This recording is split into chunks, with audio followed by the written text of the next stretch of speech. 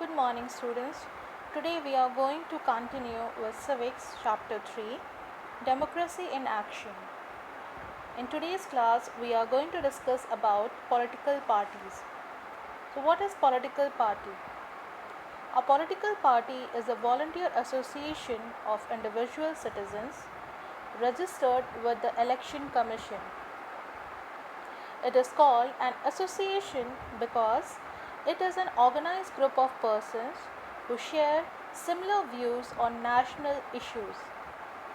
It is volunteer because individuals join it on their own. It means that no person can be compelled to join a political party. Every citizen has the freedom to join any political party. Every person has its own views about the social, economic, and political issues which our country is facing. A person is willingly to join any political party about his own choice. You cannot say that all volunteer associations as a political party. It is said that some associations which aim to gain political power through democratic process are called political parties. It means that any organization which gain political power through election is considered to be as a political parties.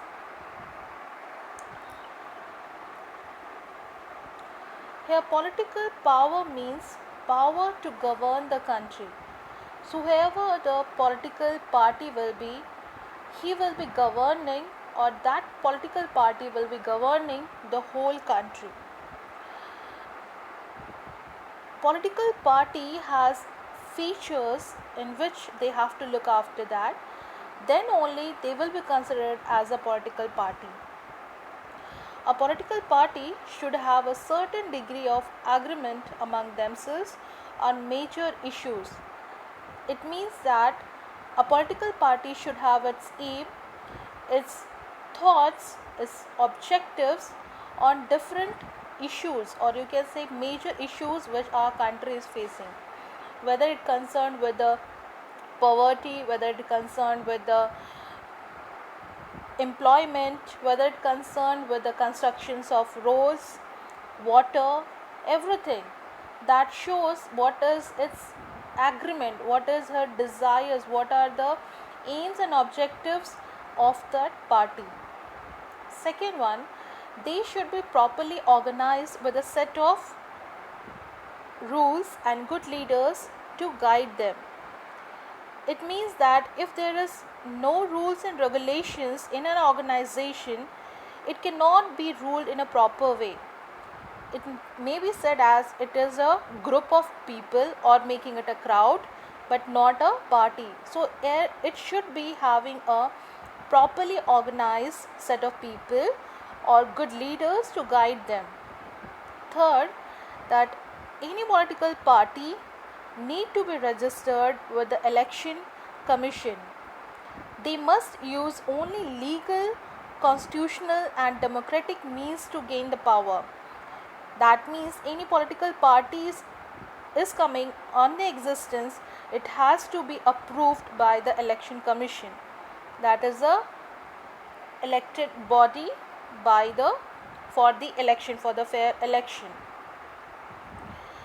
We have different parts of elections that caused by the representative, you can say, which are being elected. For example, we can say, we always say MP and MLA. So what are they?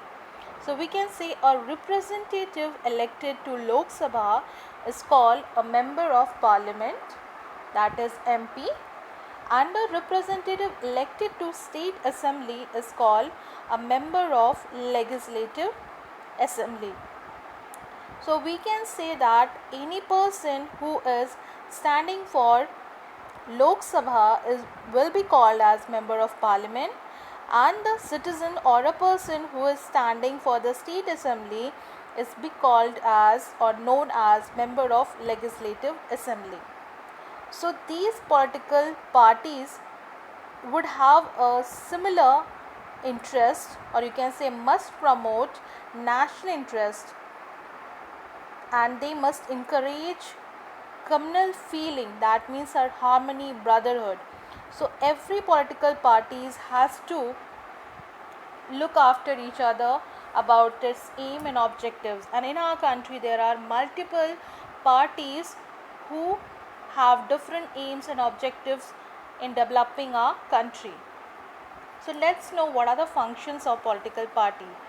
The first and foremost, it is contest election. Second, select candidates to contest elections for various constituencies, conduct election campaign for its candidates, help to formulate public opinion, give expressions to public opinion and place it before the government, form a government after winning the majority in the election, and function as an opposition if it fails to secure a majority. Now I am going to explain each topic. It is contest election, that means it has that they should participate in the election. That means if they have organized a political party, it means they are going to be raising towards another political party. So they need to have an election to govern the country. So they need to stand for the election. Second one, we have to select a candidate for the election.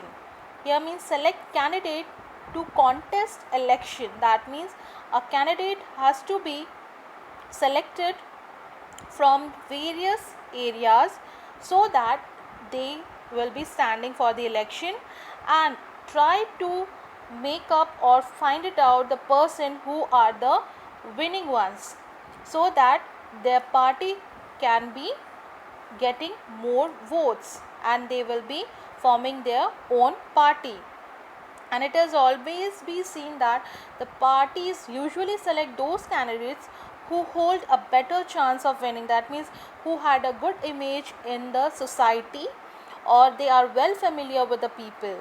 The people or you can say the party select those types of people or the candidates in their party. Third, it is conduct election campaign for its candidates. It means that while they are having an election, the candidates are being selected, then they will start propagating, or you can say circulating about the candidate to the people. They will be making awareness among the people about its candidates, that this party is standing for this person, so please vote for them. So these are the circulation will be moving through the society about the party and its candidate. And in the fourth one, we have helped to formulate public opinion. And in this, the party tries to explain various issues and problems to the people that the party is going to give it or fulfill it if their party wins the election. It says that, and they try to make awareness through public meeting, through we can say processions, or you can say through the advertisement, through the pamphlets, through the audio, video, visuals, anything. That means to make aware about the political party and its candidate, so that in the election they can be cast to vote. They will be able to cast the vote to the people. Then we have, it gives an expression to public opinion and place it before the government. Moving to the other, that after that they will form a government if they win a election. That means when everything is over, when the person is winning, that candidate is winning, then that government, or you can say that party, will form a government. That means they will govern the whole country. And if they fails to get the majority in the election, or you can say if they are failing to win, then they will stand as an opposition which is also a benefit for the other people. That means it will also plays an important role in the country at a opposition parties. So what is the role of opposition party? As we can say, opposition parties plays an important role because members of the opposition party always point out the shortcomings and failures of the ruling party, and doing this the opposition keeps a check on the government, that it does not allow the government to become irresponsible or dictatorial, that is dictatorship, and they try to all the time pinpoint it whether they are doing wrong or right. Moving to the other parts, in our country you can say there are multiple party system, but in different countries we have different party system. That is, some states, or you can say some countries are having one party system, other countries are having two party system, and in some other countries we have multiple party system. So first of all we should know what is one party system. Here one party system, here it means if a country is governed by a single party with no other party allowed to function, it is called a one party system. That means in a country only one political party is allowed to function and no other party is being engaged in that party, you can say that system is called one party system. And in this type of system voters doesn't have any choices, because only one party is being standing for the election, so there is no choices. So the voters choice is limited to the candidates but up to by the party. It is also known as a single party system, which run the risk of party seizing total power and denying the people any freedom. That means all the powers are being seized by the party and no power is being given to the people. So the people's freedom is being restricted in one party system. So this type of party system is followed in China and Syria. Moving to the two party system. So two party systems are there, that means two political parties will be there between the two parties, and if that one party is winning, the another is the opposition. So it is a type of two political parties will be standing, one will be the winning and the second will be the opposition party. So in this type of party you can say, if alternative solution is there, if one party fails to secure it, no problem, he will be in the opposition party, but later on the opposition party can be also being thrown as in the government by giving the votes. So as some countries have only two parties and here voters have choices between the two parties, and after the election the winning party forms the government while the other sits in the opposition, which I have told just now, and people can change a government by voting the opposition to the power. There is no danger of dictatorship as a vigilant, as opposition is always present here. So which are the countries which follow two party system? That is USA. Moving to the multi-party system. In this type of party system there are varieties, or you can say many parties are there. You can say some countries have more than two parties and people can choose between them, and in this multi-party system people have the choice to select any of the parties.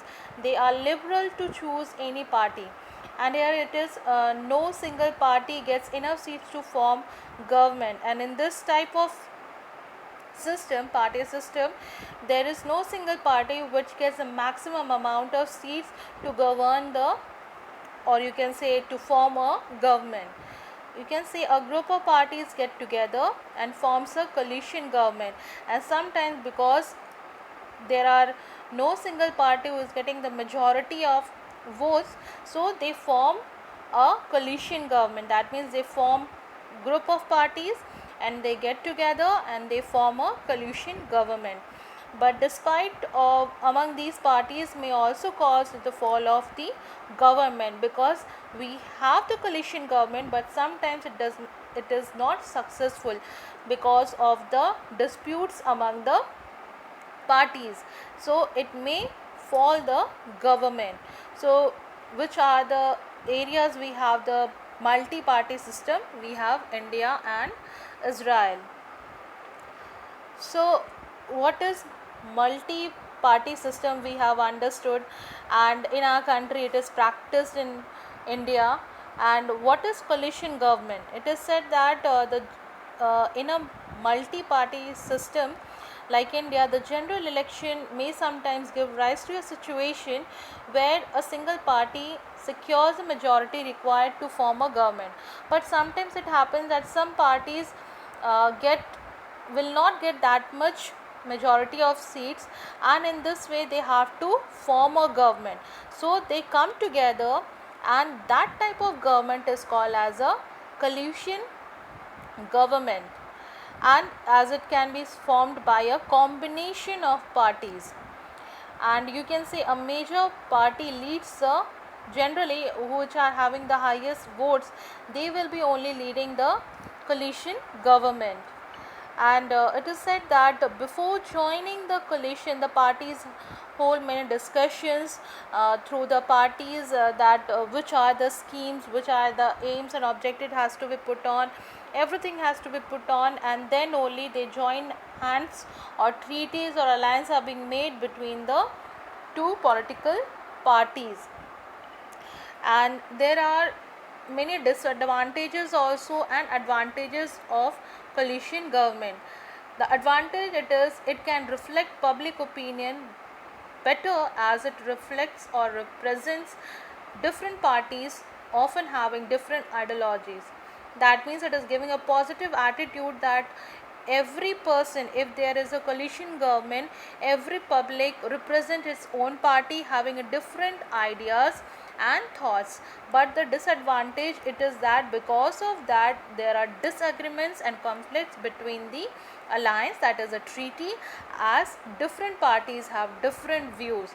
So as we can say, it is an advantage also, and is in the same way it is a disadvantage. We have different ideology, different thoughts, but as a disadvantage, people do not have any satisfaction with the words. That means they will not have the same views together, they will differ in their views and thoughts. And the second, it adopt a consensus based approach, preferring to avoid the politics of confrontation. That means here, consensus here means agreement among a group of people. So it is said that they try to have an agreement among the people, group of people, whatever it is, they try to talk and have a one conclusion. But it's the disadvantage of coalition government that there are many problems that arises, and because of that they have a delay in implementation of on the people. That means whatever they are making the agreement, they are not able to implement because of the coalition government, because they are not having similar views. So conflicts within a coalition may sometimes delay the implementation of people friendly policies of the government.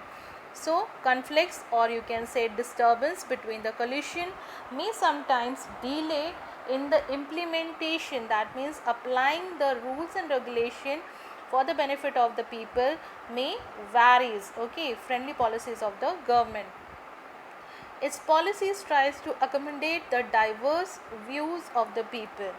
And in the disadvantage, sometimes the result of an election may bring ideologically opposite parties together to form a coalition, resulting a sharp conflict later.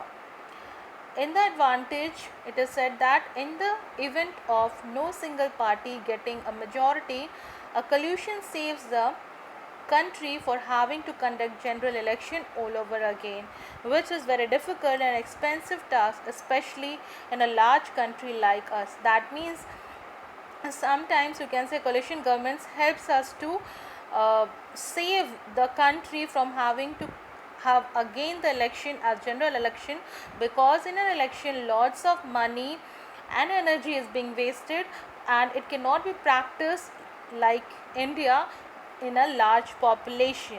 In the same way, disadvantage of coalition government in a close election, some minor parties may play a role of kingmaker and gain far more for their support. That means in a coalition government, some of the people or some party can become the leader and they can overpowering the other parties. So these are the advantages and disadvantages of coalition government.